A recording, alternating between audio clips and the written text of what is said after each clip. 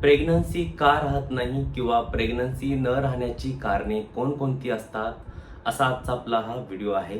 नमस्कार, मी डॉक्टर विनायक शिंदे आणि आपण पाहत आहात स्त्री आरोग्य यूट्यूब चॅनल.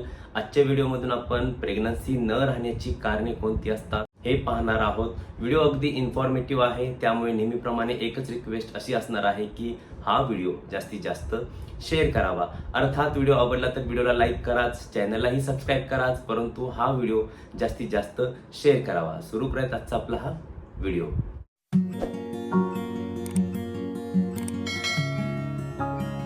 प्रेग्नन्सी का राहत नाही, यापूर्वी प्रेग्नन्सी कशी राहते हे पाहण्याचा सुरुवातीला आपण प्रयत्न करूया. यासाठी सर्वप्रथम आपण फिमेल रिप्रोडक्टिव्ह सिस्टीम मधील काही अवयव त्यांची माहिती या ठिकाणी थोडक्यात पाहूया, किंवा अवयव कोणकोणते असतात ते एका डायग्रामच्या साहाय्याने समजून घेण्याचा आपण प्रयत्न करूया. ही जी मी डायग्राम काढत आहे ती गर्भाशयाची डायग्राम आहे.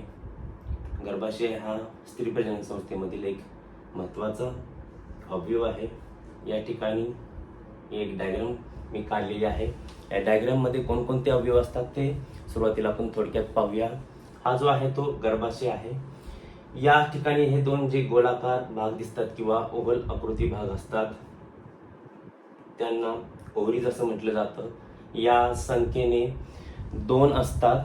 त्यानंतर या ज्या आहेत त्या फॅलोपियन ट्यूब या देखील संख्येने 2 असतात.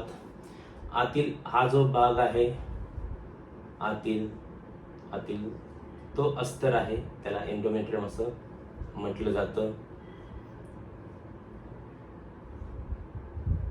त्यानंतर या ठिकाणी जो भाग दिसत आहे हा सर्विक्स गर्भाशय, आणि हा जो भाग आहे सिलेंड्रिकल सारखा शेप दिसतो आहे ती आहे वजायना म्हणजे योनी मार्ग. तर ही एक थोडक्यात ओळख झाली. सर्वप्रथम या ठिकाणी म्हणजे वजायनामध्ये योनी मार्गात शारीरिक संबंध होतात. या ठिकाणी वीर्य हे डिपॉझिट होतं. या वीर्यामधील चांगले स्पर्म जे असतात ते वरपर्यंत जातात. वरपर्यंत गेल्यानंतर या ठिकाणी एक ओपनिंग असतं, त्याला ऑस्टिया असं म्हटलं जातं. याच्यातून ते स्पर्मची एंट्री आत होते. त्याच दरम्यान जर ओव्ह्युलेशन झालं असेल, म्हणजे शारीरिक संबंधाच्या दरम्यान जर ओव्ह्युलेशन झालं असेल किंवा ओव्ह्युलेशनच्या काळातच शारीरिक संबंध आले असतील तर ओव्ह्युलेशन म्हणजे दर महिन्याला राईट किंवा लेफ्ट या ओव्हरीमधून एक अंड फुटून बाहेर पडतं, एक रिलीज होतं, त्याला ओव्ह्युलेशन असं म्हटलं जातं. या ओव्ह्युलेशनच्या काळात जर शारीरिक संबंध आले, स्पर्मची एंट्री वरपर्यंत गेली आणि इथून स्पर्म आत झाला आणि इथून फुटलेला जो एग आहे तो इथून या फिमरेच्या मार्फत आतमध्ये आला आणि या ठिकाणी जे स्पर्मची एंट्री झाली असते त्यातून स्पर्म जेव्हा आत येतात या भागातून, त्या ठिकाणी या ट्यूबमध्ये आल्यानंतर त्यांचं फर्टिलायझेशन होतं. फर्टिलायझेशन झालेला एग जो आहे तो पुन्हा आतमध्ये आणला जातो आणि या भिंतीवरती एंडोमेट्रियमवरती तो स्थिरावतो, चिकटतो आणि कालांतराने ही प्रेग्नन्सी ग्रो होऊ लागते. अशा प्रकारे प्रेग्नन्सी राहते. आता जर तुम्ही या घटनेचा किंवा या क्रमाचा जर व्यवस्थितरित्या विचार केला तर प्रेग्नन्सी राहण्याची सुरुवात ही जी होती ती म्हणजे शारीरिक संबंधापासून सुरुवात होते. या ठिकाणी शारीरिक संबंध होतात म्हणजे योनी मार्गात म्हणजे वजानात शारीरिक संबंध होतात. यासाठी प्रेग्नन्सी राहण्यासाठी पहिली अट म्हणजे काय तर शारीरिक संबंध यायला पाहिजे. तुम्हाला आश्चर्य वाटेल की जेव्हा ट्रीटमेंटसाठी काही कपल येतात त्यांच्यामध्ये बरेच दिवस शारीरिक संबंध झालेले नसतात. याची अनेक कारणे असू शकतात. एकत्रितपणे वेळ घालवायला त्यांना वेळ मिळत नाही. इन्फर्टिलिटीची व्याख्या सांगताना सांगितलेलं आहे की लग्नाला 1 वर्ष किंवा त्याहून अधिक वर्ष झालेले असतील, नियमित शारीरिक संबंध येत असतील तरी देखील शारीरिक संबंध येऊन देखील प्रेग्नन्सी राहत नसेल तर त्याला वंध्यत्व इन्फर्टिलिटी असं म्हटलं जातं. या ठिकाणी बऱ्याच कपलमध्ये नियमित शारीरिक संबंध येत नाही. नियमित या शब्दाचा अर्थ समजावून घ्या, आठवड्यातून किमान 3 ते 4 वेळा. बऱ्याचदा काही कपलमध्ये शारीरिक संबंधच येत नाही, त्यामुळे शारीरिक संबंध येणं हे अत्यंत महत्वाचं आहे. शारीरिक संबंध आल्यानंतर या ठिकाणी वीर्य डिपॉझिट झाल्यानंतर यातील जे स्पर्म जे आहेत ते स्पर्म हे वरपर्यंत जाणं अपेक्षित आहे किंवा आतपर्यंत जाणं अपेक्षित आहे. यासाठी स्पर्मची क्वालिटी, स्पर्म हा चांगल्या क्वालिटीचा पाहिजे. त्याचे सर्व अवयव मॉर्फॉलॉजिकली अनाटॉमिकली तो स्पर्म हा व्यवस्थित असणं खूप गरजेचं आहे, एक गोष्ट.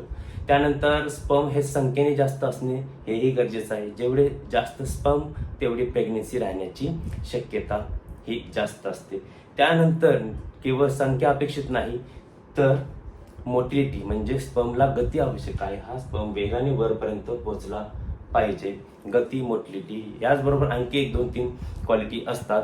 तर या गोष्टींची आवश्यकता असते. थोडक्यात सांगायचं तर स्पर्म हे व्यवस्थित असणं, मोटिलिटी असणं, संख्येने जास्त असणं खूप गरजेचं आहे. जरी तो एक स्पर्म आणि एकच ओव्हम यांचा संयोग होऊन प्रेग्नन्सी राहत असली तरी देखील जेवढी संख्या जास्त, जेवढी मोटिलिटी जास्त, तेवढी प्रेग्नन्सी राहण्याची शक्यता अधिकाधिक वाढत जाते. हे झालं पुरुषांच्या बाबतीत.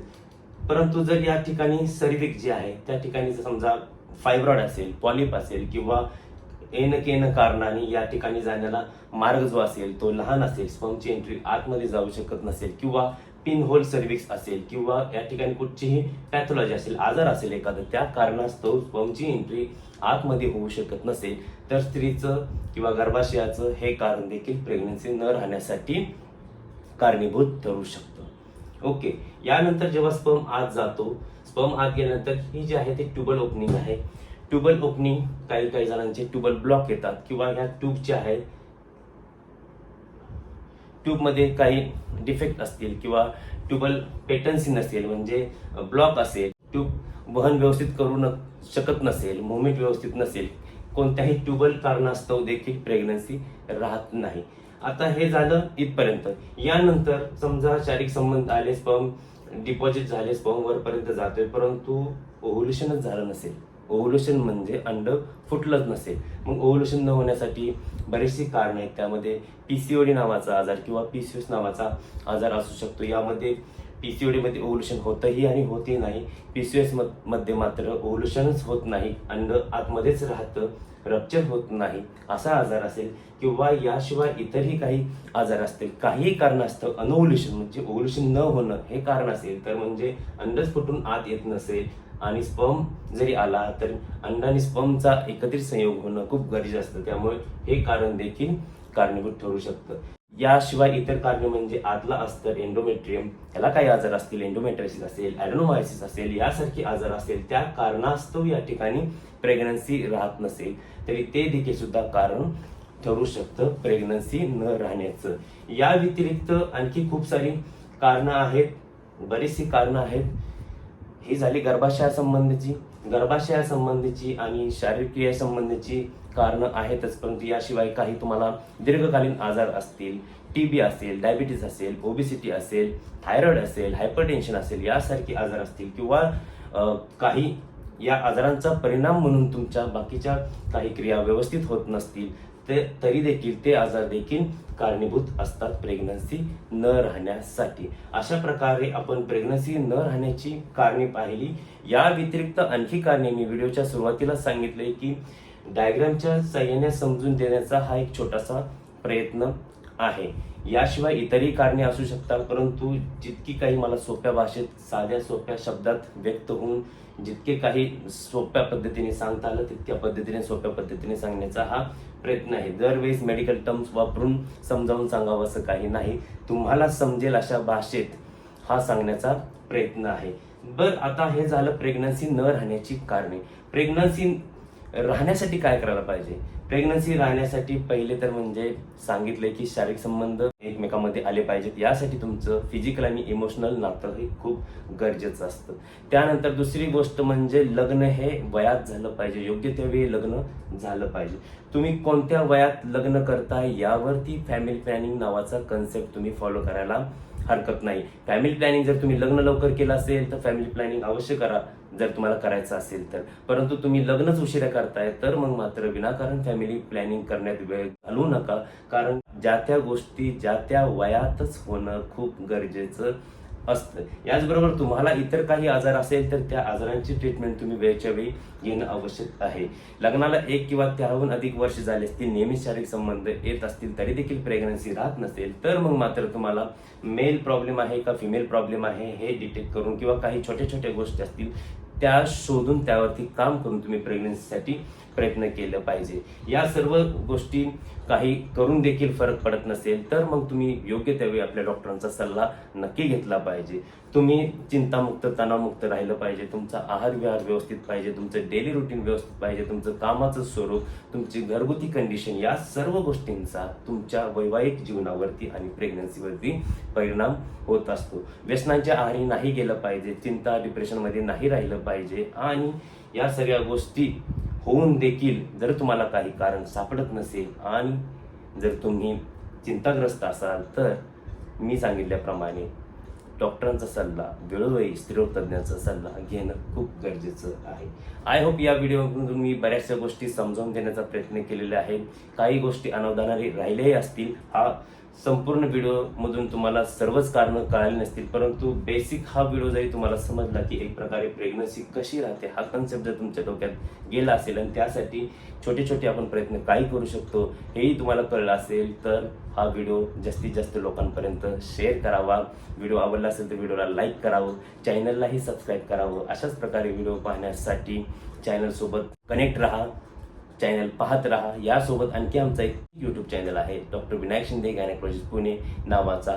त्याही यूट्यूब चॅनलवरती अधिक माहितीपूर्ण व्हिडिओ बनवले जातात. त्याही व्हिडिओला खूप छान प्रतिसाद मिळत आहे, त्यामुळे तेही व्हिडिओ नक्की पहा. थांबतो येते, भेटूया नेक्स्ट व्हिडिओमध्ये. थँक्यू, टेक केअर आणि बाय बाय.